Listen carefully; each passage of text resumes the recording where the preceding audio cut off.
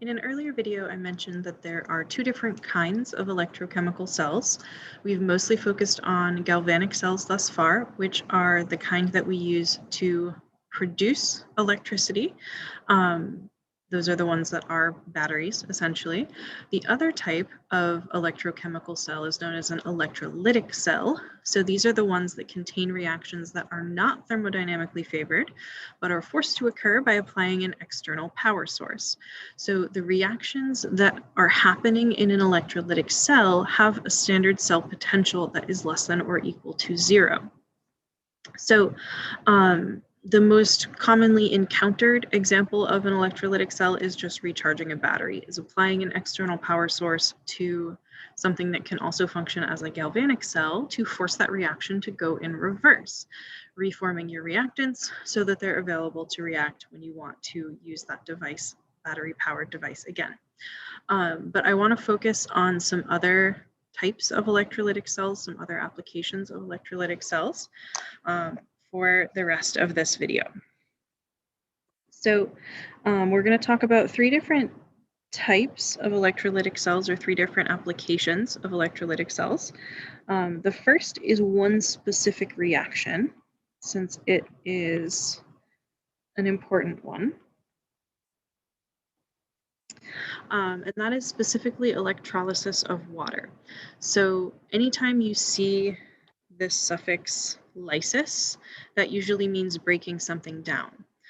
So anything called electrolysis is breaking something apart using electricity. So we are passing an electric current through water and splitting it into its elements.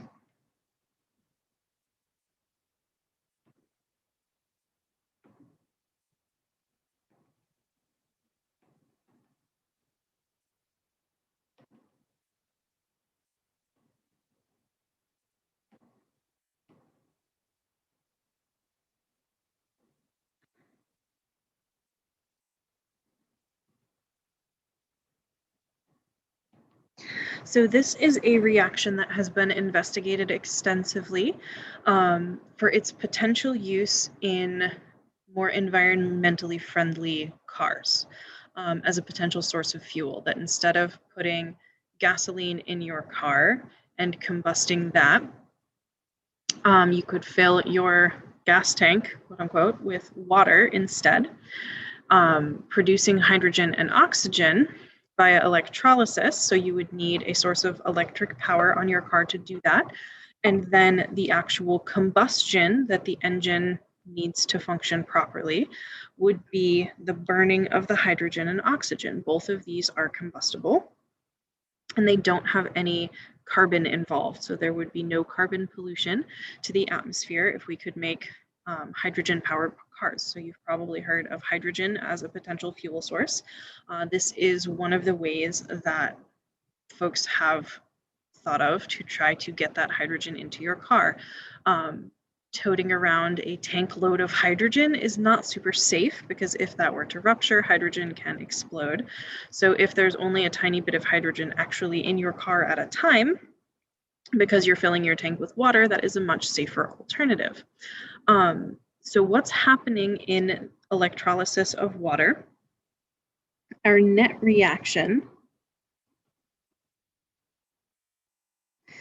is that water is reacting to produce hydrogen gas and oxygen gas. This is a redox process. Our oxidation numbers here are +1 for the hydrogen and -2 for the oxygen, becoming 0 for both. So my hydrogen is going from +1 to 0, is being reduced.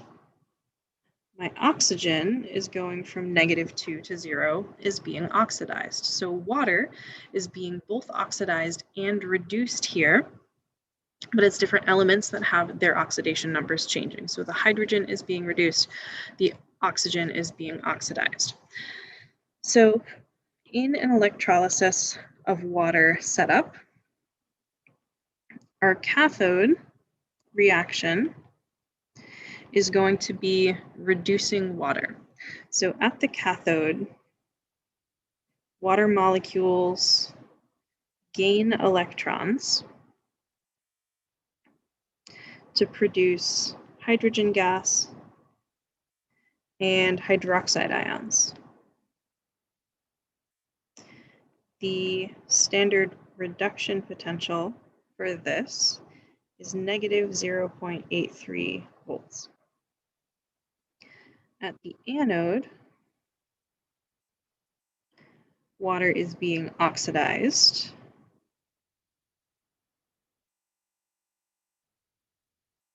to produce oxygen gas,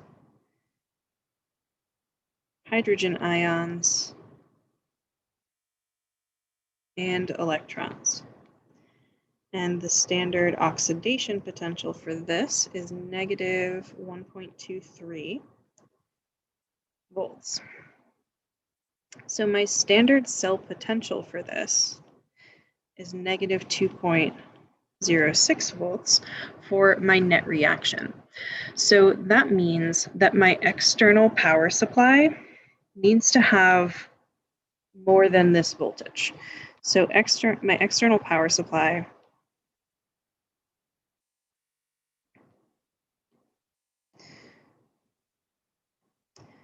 must have a voltage greater than 2.06 in order to get this reaction to work. So I need to essentially give it enough power in order to overcome that negative cell potential.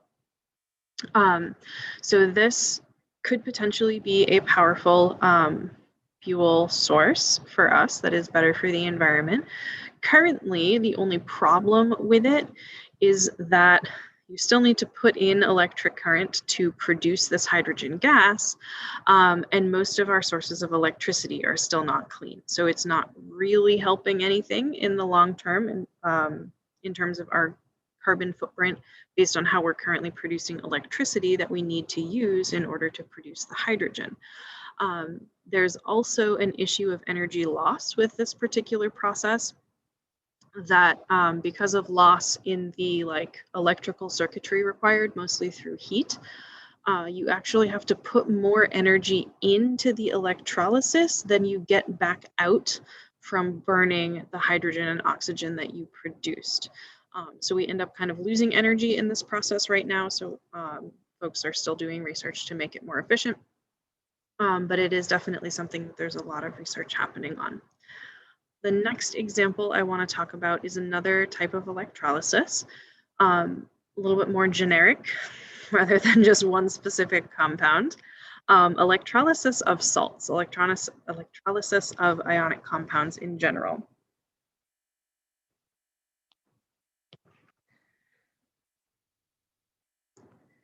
So again, electrolysis is we're using an electric current to break something apart. So in the case of electrolysis of salts, we're always going to be reducing our cation and oxidizing our anion.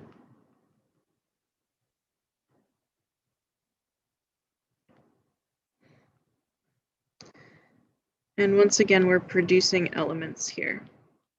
So for a lot of things, electrolysis is really the only way to get a steady supply of a pure element. There are a lot of elements that are so reactive that they don't really exist in their pure elemental state in nature. The easiest example of this is the alkali metals. So the first column on the left side of the periodic table. Those things are all extremely reactive with water, and water is everywhere, just in the air in small quantities. So finding pure alkali metals in nature is impossible. They're so reactive that they really just don't exist. We have to purify them from compounds, and one of the most common ways to do that is through electrolysis. So for example, if we wanted to produce some pure sodium metal, The most common way to do that is from sodium chloride. Sodium chloride is super abundant in nature, so it is easy to acquire and cheap. And we can produce sodium metal from that. So in sodium chloride, and in order for this to work, you do have to melt your ionic compound. So it has to be in the liquid state. Note that it is not aqueous. It is not dissolved in water. It is pure sodium chloride heated up to several hundred degrees or perhaps over 1,000 degrees Celsius, depending upon the exact substance. The melting points are quite high. To be in the liquid state here to allow conduction of electricity. Ionic compounds do not conduct in the solid state, but they do conduct as liquids. So when an electric current is applied to this, we will end up getting 2 sodium metal and chlorine gas. So again, we can see that this is a redox process if we look at our oxidation numbers, which are starting out as +1 and -1 for the sodium and chloride respectively, and ending up at 0 for both of them. So sodium is going from +1 to 0, which is a reduction. Chlorine is going from -1 to 0, which is an oxidation. So my cathode reaction here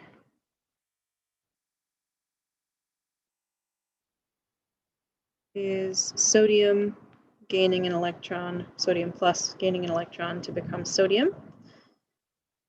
That has a standard reduction potential of -2.71 volts. My anode reaction is 2 chloride ions reacting to produce Cl2 and 2 electrons, which has a standard oxidation potential of -1.36 volts, which means my standard cell potential for the reaction overall is -4.07 volts.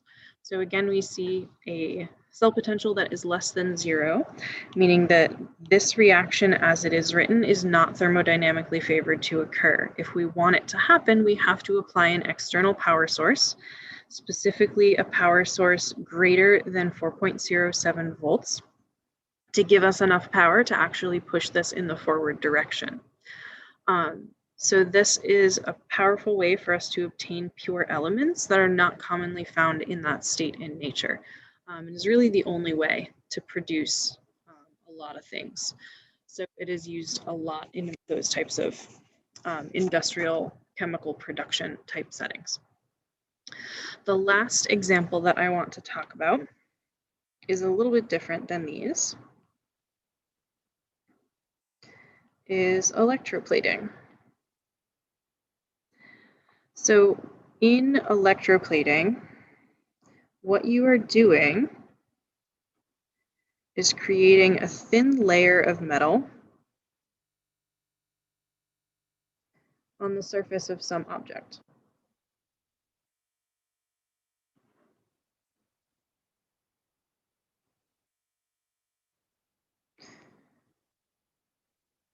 And it is generally another metal object because it does need to be conductive.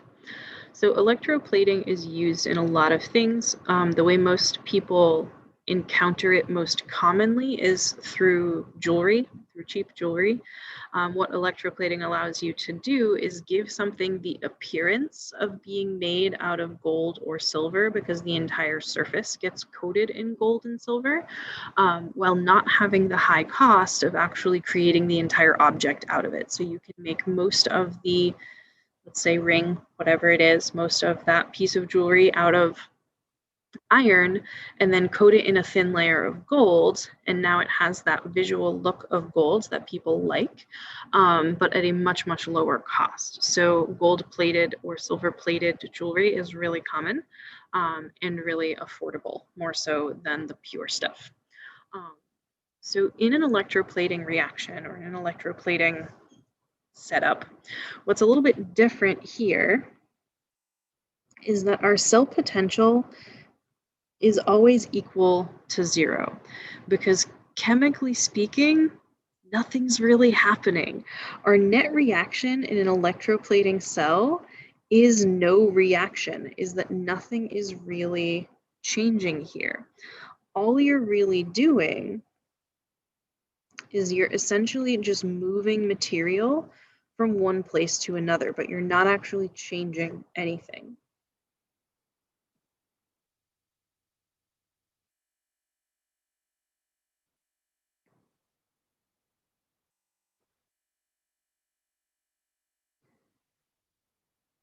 So, for example, if we wanted to plate a ring with silver, what this setup would look like is a little bit different from a galvanic cell because it is all in one container. That we're going to have our ring on one side, or whatever object it is we're looking to plate. Jewelry is common. Silverware is sometimes done as well. A lot of household fixtures like faucets and shower heads and stuff are often plated in chromium to make the outside nice and shiny and reflective.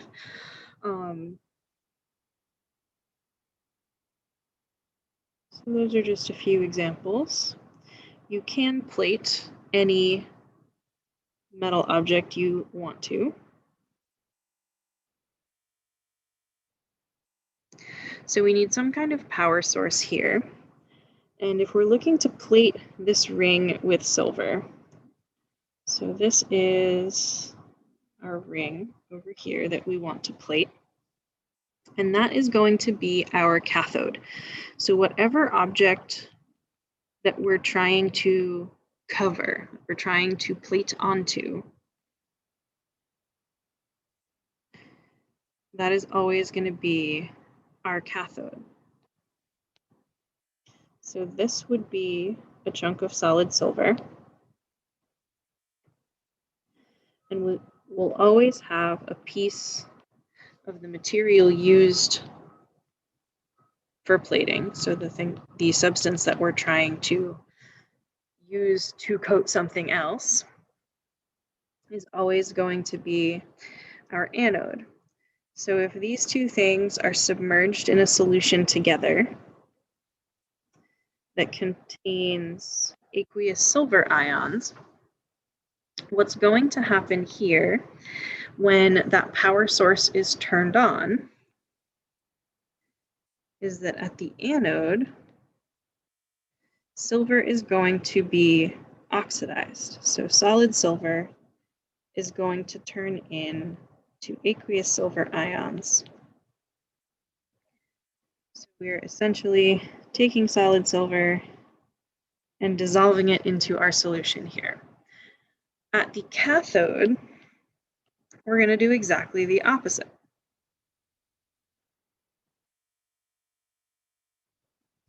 Those silver ions travel through the solution, pick up an electron, and become solid silver. So they're then going to come right on over here and deposit on the surface of the ring. So all we're doing really is moving this silver onto the surface of this ring by putting it in aqueous solution first. So we're dissolving it and then precipitating it back out, essentially. So at the anode, it's oxidized, and then at the cathode, it's reduced. So the net effect is that nothing really changed here. So our cell potential overall is 0, since no reaction really happened. Overall, we just kind of moved some silver from one place to another. So this is used in lots of different applications. Again, jewelry is where most people tend to come into it most commonly, but a lot of electrical components are often plated in things to help protect them from corrosion, or protect them from touching other things and causing circuitry issues. Nails and screws are often coated in something that won't corrode, it won't rust as easily. Nails are commonly made of iron, which we know rusts. but if they are coated in zinc, that tends to prevent any kind of oxidation or rusting from happening. So this type of setup has lots of different applications.